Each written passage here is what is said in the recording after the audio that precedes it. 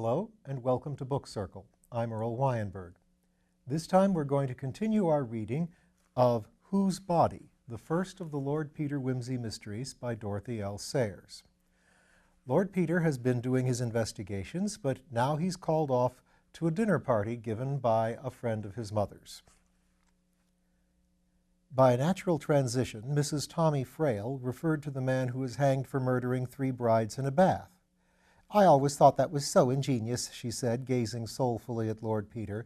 "And do you know, as it happened, Tommy had just made me insure my life, and I got so frightened I gave up my morning bath and took to having it in the afternoon when he was in the house. When he was not in the house. In the House of Lords." "Dear lady," said Lord Peter reproachfully, "I have a distinct recollection that all those brides were thoroughly unattractive. But it was an uncommonly ingenious plan, the first time of asking, only he shouldn't have repeated himself." "One demands a little originality these days, even from murderers," said Lady Swaffham. "Like dramatists, you know. So much easier. In Shakespeare's time, wasn't it? Always the same girl dressed up as a man, and even that borrowed from Boccaccio or Dante or somebody. I'm sure if I'd been a Shakespeare hero, the very minute I saw a slim-legged young page boy, I'd have said, 'Odds bodkins, there's that girl again.'" "That's just what happened, as a matter of fact," said Lord Peter. "You see, Lady Swaffham, if ever you want to commit a murder, the thing you've got to do is prevent people from associating their ideas. Most people don't associate anything. Their ideas just roll around like so many dry peas on a tray, making a lot of noise and going nowhere. But once you begin letting them string their peas into a necklace, it's going to be strong enough to hang you, what?"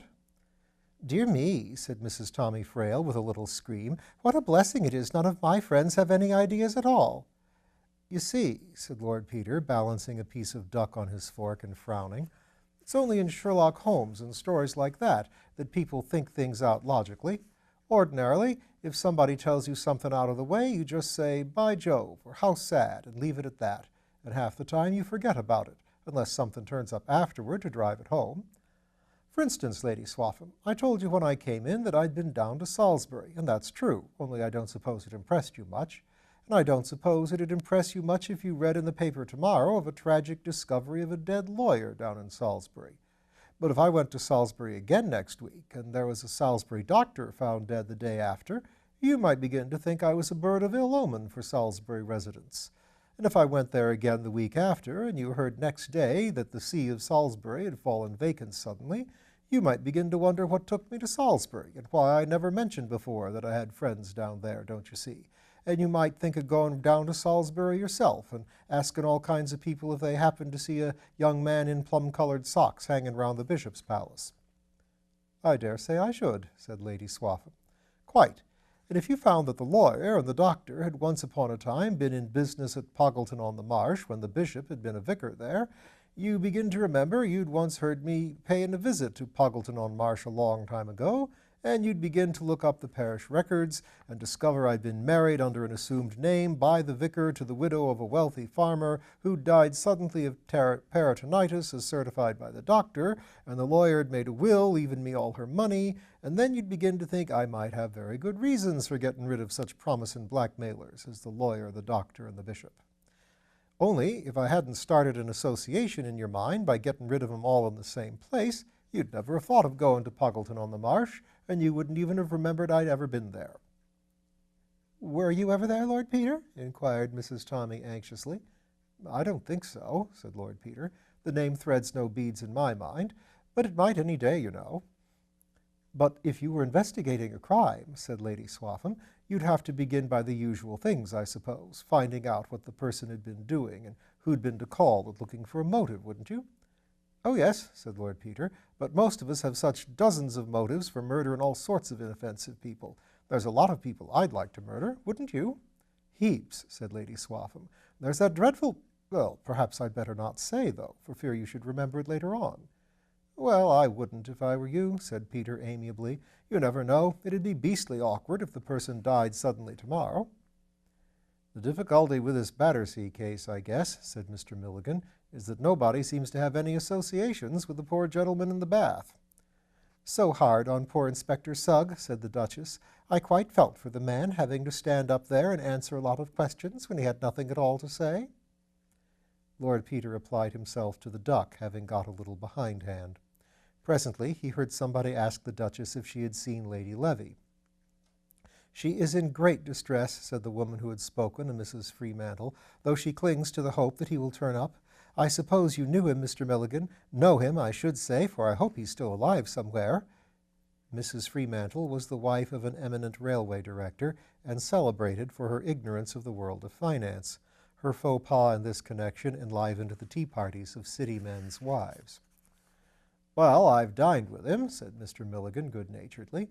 "I think he and I have done our best to ruin each other, Mrs. Freemantle. If this were the States," he added, "I'd be much inclined to suspect myself of having put Sir Reuben in a safe place. But we can't do business that way in your old country. No, ma'am." "Must be exciting doing business in America," said Lord Peter. "It is," said Mr. Milligan. "I guess my brothers are having a good time there now. I'll be joining them again before long, as soon as I've fixed up a little bit of work for them on this side." "Well, you mustn't go till after my bazaar," said the Duchess. Lord Peter spent the afternoon in a vain hunt for Mr. Parker. He ran him down eventually after dinner in Great Ormond Street. Parker was sitting in an elderly but affectionate armchair with his feet on the mantelpiece, relaxing his mind with a modern commentary on the Epistle to the Galatians. He received Lord Peter with quiet pleasure, though without rapturous enthusiasm, and mixed him a whiskey and soda. Peter took up the book his friend had laid down and glanced over the pages. "All these men work with a bias in their minds one way or another," he said. "They find what they're looking for." "Oh, they do," agreed the detective, "but one learns to discount that almost automatically, you know. When I was at college, I was all on the other side, Conybeare and Robertson and Drews and those people, you know, till I found they were all so busy looking for a burglar whom nobody had ever seen, they couldn't recognize the footprints of the household, so to speak. Then I spent 2 years learning to be cautious." "Huh," said Lord Peter. "Theology must be good exercise for the brain, then, for you're easily the most cautious devil I know. But I say, do go on reading. It's a shame for me to come and root you up in your off-time like this." "It's all right, old man," said Parker. The two men sat silent for a little, and then Lord Peter said, "Do you like your job?" The detective considered the question and replied, Yes, I do. I know it to be useful, and I am fitted to it. I do it well, not with inspiration perhaps, but sufficiently well to take a pride in it. It is full of variety, and it forces one to keep up to the mark and not get slack. And there's a future to it. Yes, I like it. Why?" "Oh, nothing," said Peter. "It's a hobby to me, you see. I took it up when the bottom of things was rather knocked out for me because it was so damned exciting. And the worst of it is, I enjoy it, up to a point. If it was all on paper, I'd enjoy every bit of it. I love the beginning of a job, when one doesn't know any of the people and it's just exciting and amusing. But if it comes to really running down a live person and getting him hanged, or even quadded, poor devil, there don't seem to be there's any excuse for me butting in, since I don't have to make my living by it. And I feel as if I oughtn't ever to find it amusing, but I do." Parker gave this speech his careful attention. "I see what you mean," he said. "There's old Milligan, for instance," said Lord Peter. "On paper, nothing would be funnier than to watch catch old Milligan out, but he's rather a decent old bird to talk to. Mother likes him. He's taken a fancy to me. It's awful entertainin', going and pumping him with stuff about a bazaar for church expenses, but when he's so jolly pleased about it and that, I feel a worm. Suppose old Milligan has cut Levy's throat and plugged him into the Thames. It ain't my business." "It's as much yours as anybody's," said Parker. "It's no better to do it for money than to do it for nothing." "Yes, it is," said Peter stubbornly. "Having to live is the only excuse there is for doing that kind of thing." "Well, but look here," said Parker. "If Milligan has cut poor old Levy's throat for no reason except to make himself richer, I don't see why he should buy himself off by giving £1,000 to Duke's Denver church roof, or why he should be forgiven just because he's childishly vain or childishly snobbish." "That's a nasty one," said Lord Peter. "Well, if you like, even because he has taken a fancy to you." "No, but look here, Wimsey. Do you think he has murdered Levy?" "Well, he may have, but do you think he has?" "I don't want to think so." "Because he's taken a fancy to you?" "Well, that biases me, of course. I dare say it's quite a legitimate bias. You don't think a callous murderer would be likely to take a fancy to you?" "Well, besides, I've rather taken a fancy to him." "I dare say that's quite legitimate, too. You've observed him and made a subconscious deduction from your observations, and the result is you don't think he did it. Well, why not? You're entitled to take that into account. But perhaps I'm wrong and he did do it. Then why let your vainglorious conceit and your own power of estimating character stand in the way of unmasking the singularly cold-blooded murder of an innocent and lovable man? I know, but I don't feel I'm playing the game somehow. Look here, Peter, said the other with some earnestness. Suppose you get this playing fields of Eton complex out of your system once and for all. There doesn't seem to be much doubt that something unpleasant has happened to Sir Reuben Levy. Call it murder to strengthen the argument. If Sir Reuben has been murdered, is it a game? And is it fair to treat it as a game? That's what I'm ashamed of, really, said Lord Peter. It is a game to me, to begin with, and then I go on cheerfully, and then I suddenly see that somebody is going to be hurt, and I want to get out of it. Yes, yes, I know, said the detective, but that's because you're thinking about your attitude. You want to be consistent. You want to look pretty. You want to swagger debonairly through a comedy of puppets, or else to stalk magnificently through a tragedy of human sorrows and things. But that's childish. If you've any duty to society in the way of finding out the truth about murders, you must do it in any attitude that comes handy. You want to be elegant and detached? That's all right if you find the truth out that way, but it hasn't any value in itself, you know. You want to look dignified and consistent? What's that got to do with it? You want to hunt down a murderer for the sport of the thing, and then shake hands with him and say, well played, hard luck, you shall have your revenge tomorrow. Well, you can't do it like that. Life's not a football match. You want to be a sportsman? You can't be a sportsman. You're a responsible person. I don't think you ought to read so much theology, said Lord Peter. It has a brutalizing influence. He got up and paced about the room, looking idly over the bookshelves. Then he sat down again, filled and lit his pipe, and said, well, I'd better tell you about the ferocious and hardened Crimplesham. He detailed his visit to Salisbury. Once assured of his bona fides, Mr. Crimplesham had given him the fullest details of his visit to town. And I've substantiated it all, groaned Lord Peter, and unless he's corrupted half Balham, there's no doubt he spent the night there, and the afternoon really was spent with the bank people, and half the residents of Salisbury seem to have seen him off on the Monday before lunch, and nobody but his own family or young Wicks seemed to have anything to gain by his death. And even if young Wicks wanted to make away with him, it's rather far-fetched to go and murder an unknown man in Thip's place in order to stick Crimplesham's eyeglasses on his nose. Where was young Wicks on Monday? Asked Parker. At a dance given by the precentor, said Lord Peter wildly. David, his name is David, dancing before the ark of the Lord in the face of the whole cathedral close. There was a pause. Tell me about the inquest, said Wimsey. Parker obliged with a summary of the evidence. Do you believe the body could have been concealed in the flat after all? He asked. I know we looked, but I suppose we might have missed something. We might, but Sugg looked as well. Sugg. You do Sugg an injustice, said Lord Peter. If there had been any signs of Thip's complicity in the crime, Sugg would have found them. Why? Why? Because he was looking for them. He's like your commentators on Galatians. He thinks that either Thip's or Gladys Horrocks or Gladys Horrocks' young man did it. Therefore, he found marks on the windowsill where Gladys Horrocks' young man might have come in or handled something into Gladys. He didn't find any signs on the roof because he wasn't looking for them. But he went over the roof with me. Yes, but only in order to prove there were no marks there. He reasons like this. Gladys Horrocks' young man is a glazier. Glaziers come on ladders. Glaziers have ready access to ladders. Therefore, Gladys Horrocks' young man had ready access to a ladder. Therefore, Gladys Horrocks' young man came on a ladder. Therefore, there will be marks on the windowsill and none on the roof. Therefore, he finds marks on the windowsill but none on the roof. He finds no marks on the ground, but he thinks he would have found them if the yard didn't happen to be paved with asphalt. Similarly, he thinks Mr. Thipps may have concealed the body in the box room or elsewhere. Therefore, you may be sure he searched the box room and all the other places for signs of occupation. If they had been there, he would have found them because he was looking for them. Therefore, if he didn't find them, it's because they weren't there. All right, said Parker, stop talking, I believe you. He went on to detail the medical evidence. By the way, said Lord Peter, to skip across for a moment to the other case, has it occurred to you that perhaps Levy was going out to see Freak on Monday night? He was. He did. said Parker, rather unexpectedly, and proceeded to recount his interview with the nerve specialist. Huh, said Lord Peter.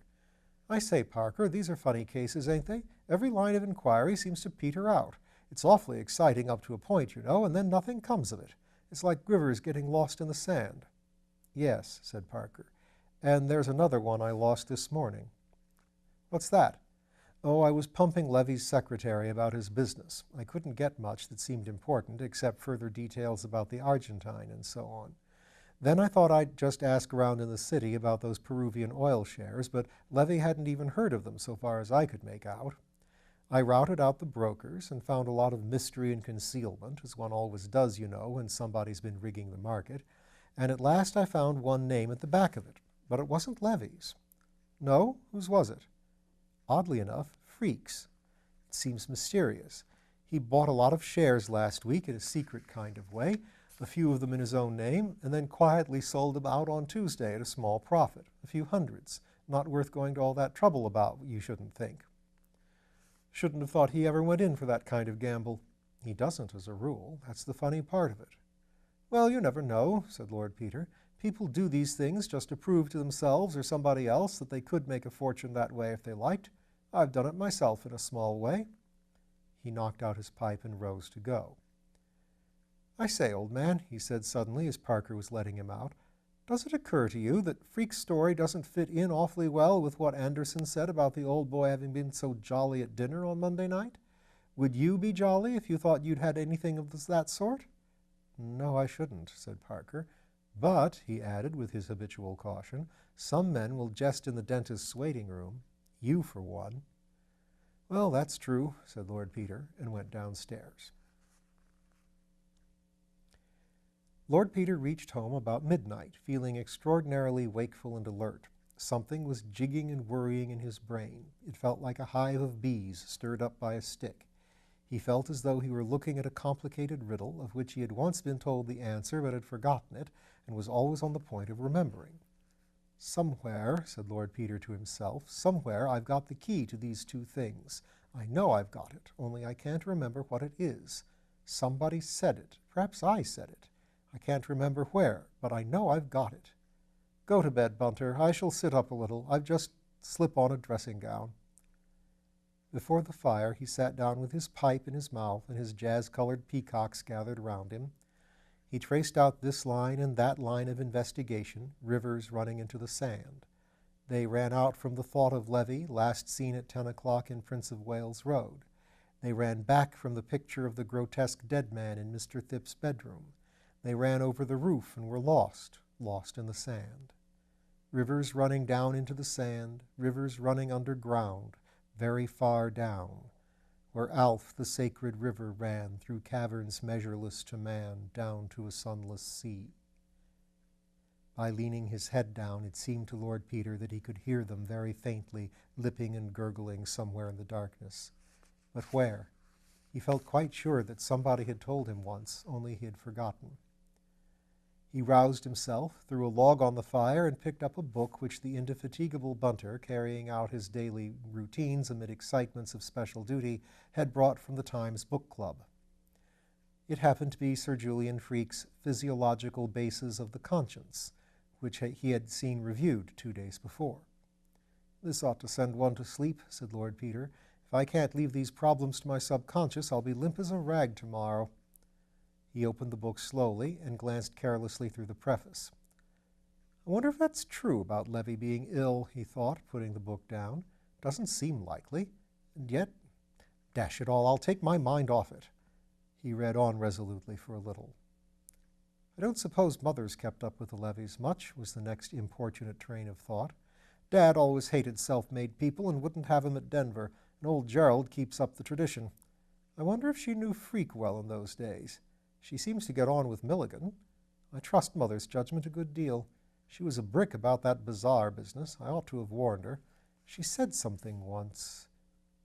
He pursued an elusive memory for some minutes till it vanished altogether with a mocking flicker of the tail. He returned to his reading. Presently another thought crossed his mind, aroused by a photograph of some experiment in surgery. If the evidence of Freak and that man Watts hadn't been so positive, he said to himself, I should be inclined to look into the matter of those shreds of lint on the chimney. He considered this, shook his head, and read with determination.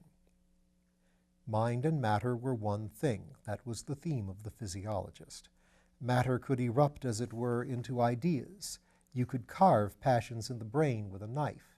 You could get rid of imagination with drugs and cure an outworn convention like a disease. The knowledge of good and evil is an observed phenomenon attendant upon a certain condition of the brain cells, which is removable. That was one phrase. And again, conscience in man may in fact be compared to the sting of a hive bee, which, so far from conducing to the welfare of its possessor, cannot function even in a single instance without occasioning its death. The survival value in each case is thus purely social, and if humanity ever passes from its present phase of social development into that of a higher individualism, as some of our philosophers have ventured to speculate, we may suppose that this interesting mental phenomenon may gradually cease to appear, just as the nerves and muscles which once controlled the movement of our ears and scalps have, in all save a few backward individuals, become atrophied and of interest only to the physiologist. By Jove, thought Lord Peter idly, there's an ideal doctrine for a criminal. A man who believed that would never... And then it happened. The thing he had been half-consciously expecting. It happened suddenly, surely, as unmistakably as sunrise. He remembered not one thing, nor another thing, nor a logical succession of things, but everything, the whole thing, perfect, complete, in all its dimensions, as it were, and instantaneously, as if he stood outside the world and saw it suspended in infinitely dimensional space. He no longer needed to reason about it or even to think about it. He knew it. There is a game in which one is presented with a jumble of letters and is required to make a word out of them, as thus, C-O-S-S-S-S-R-I. The slow way of solving the problem is to try out all the permutations and combinations in turn and throw away impossible combinations.